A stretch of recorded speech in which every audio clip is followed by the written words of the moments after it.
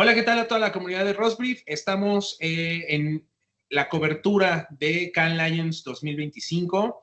Here we are with our special guest. She's Alessandra Gomes, Executive Creative Director at Macan Health. And she's been representing Macan Health as a jury and the health and wellness category. Alessandra, how are you? It's so nice to have you here. It's a pleasure for our entire Roastbrief community. Congratulations. And how are you feeling? Hi, nice to meet you. Thanks for inviting me. So I'm so excited when I had that. I'm a jury for this year in 2025, so a special year in Cannes. So, oh my God, I'm start screaming. So yes, I'm really, uh, I'm fell in love about this moment that my career. Yes, I'm really good. I'm so happy to hear that. From your perspective on the health and wellness jury, what themes or storytelling techniques stood out among this year's most compelling campaigns? Um, Actually, I have seen last year's on Cannes two trends stood out in these years. It's it's funny because it's a kind of opposite ones. So the first one is the mental health issues in all perspectives, from mental health for kids, mental health women, suicidals, and the other trend that I've seen. It's the opposite ones, but I think they are complementary each other. It's about humor. I think part of that is not because we live in this crazy of scenario. Do you know that we have uh, a lot of mental health issues?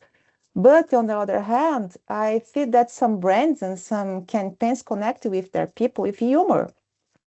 I think they choose that kind of strategy to connect with the audience, you know? Yeah, the kind of two trends that I've seen in the last years, especially inside of health and wellness category.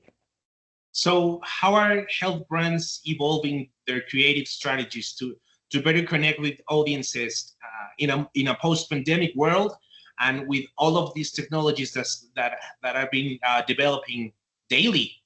Yeah, yes, absolutely. I think the pause of the pandemic, this great scenarios come off, it's come up. So it's yeah, I think they put more emphasis in these two kind of um uh, trends, you know. So yes, absolutely, it's connected to post-pandemic. I think the all brands now there is a little thinking of a wellness category. Yeah, that's really interesting because everything's been changing, everything's different since the pandemic happened. And how does this bravery look like in health and wellness advertising today? I mean, especially when dealing with sensitive and stigmatized topics, how is it looking, this new vision for the health and wellness I, category? Yeah, I think that we have a good shift nowadays. So the old campaigns inside the health and wellness, we start thinking from the technology, from the characters of the brands or the product to the connection of people. Nowadays, the good shift is, first of all, we thinking patients first, and you put them in the center of the narrative. So, and then we connect with the brand strategy. I think it's a good shift nowadays, especially after the pandemic, because nowadays we can see the patients. We are the middle of the scenario since we are professionals of the agents and doctors and whereas, but we are the middle of the contest. So we need to see the person, we need to see the audience, we need to see the patients as we. So the narrative, the good news is the narrative nowadays, it's the patients, the first thinking is the center of the narrative of the strategy inside of the health and wellness. Yeah, that's really interesting too, because everything has been changing, and creativity and technology are also compelling each other. And in what ways are technology and creativity intersecting uh, to redefine, and how does this been approaching the wellness communication? Mhm. Yes, especially when we're talking about the AI, the new technologies that's come. arises so faster. But we need to pay attention about the use of the technology, because we need to use it with this technology with responsibility. And the creative excellence, in my opinion, when you use this kind of technology with responsibility to cause the impact of the patient, of the real life, I think it's all integrated, but we need to be careful about this use of this technology. We need to use, but we need to use with the responsibility, because we talk with patients, we talk of people, we change real lives in all ways.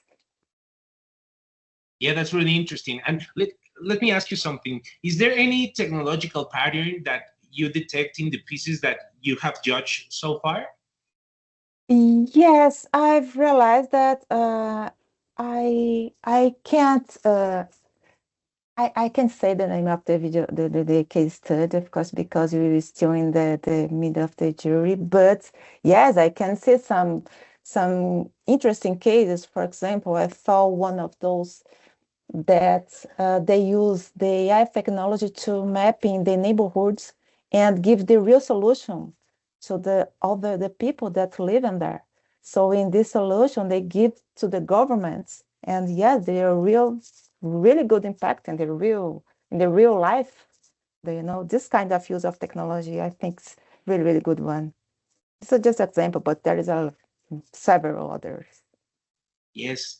And how do you evaluate this balance between emotional resonance and this medical credibility when you're judging the health and wellness work? This is a really good question. I put in balance the treatment of the patients, the results. If that idea is not just a brilliant idea, just have a beautiful craft or something like that, but if that use of technology, of that craft, that caused real impact of the lives, and it could resonate well, it's true, yes, because sometimes we saw just a beautiful piece and that's it. This kind of, for me, is not so fair, because yes, we have to use the beautiful piece, but we needed to put inside of the proposal. This is my guidance.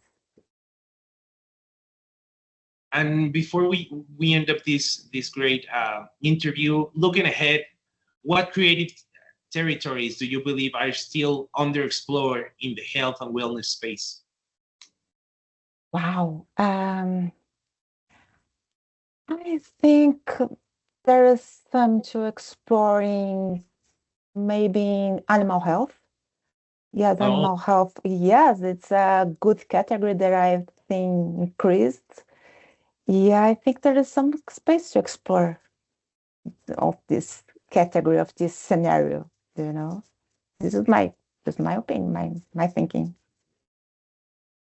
so it's been a great interview for me, and so I want to ask you one last question before we end up. Is there any advice you could give the I mean, this category, the pharma and health and wellness category, it's quite difficult to judge. It's quite difficult to see because there's a lot behind it.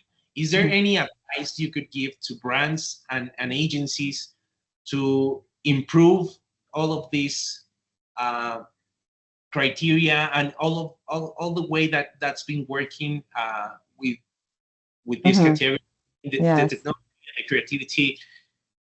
I think, I think my advice is put the patients on the center, think the patients first.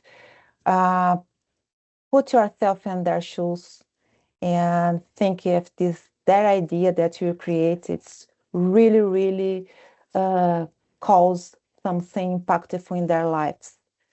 And Okay. how can you prove them? And how can you show them for the juries, for the audience? I think this is the first thinking that I'm I have.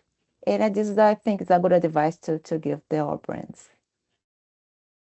Great. That's really good, and thank you so much. It's been like, I don't know, it's been a really thoughtful answer. I mean, I don't know, you kept me thinking. So thank you so much. Thank you so much. And then thank you so much for this interview. Thank you so much for your time. For us, it's a real pleasure to have you here, and thank you so much. Thank you so much. It was my pleasure, and count on me for more advice. Thank you so much. Thank you. Congratulations, and wishing you a lot of luck this year at Cannes Lions. Thank you. Thank you so much. And thank you so much for our entire Roastbrief community. We keep this Cannes Lions 2025 coverage, and thank you so much again. Bye. My pleasure. Bye bye.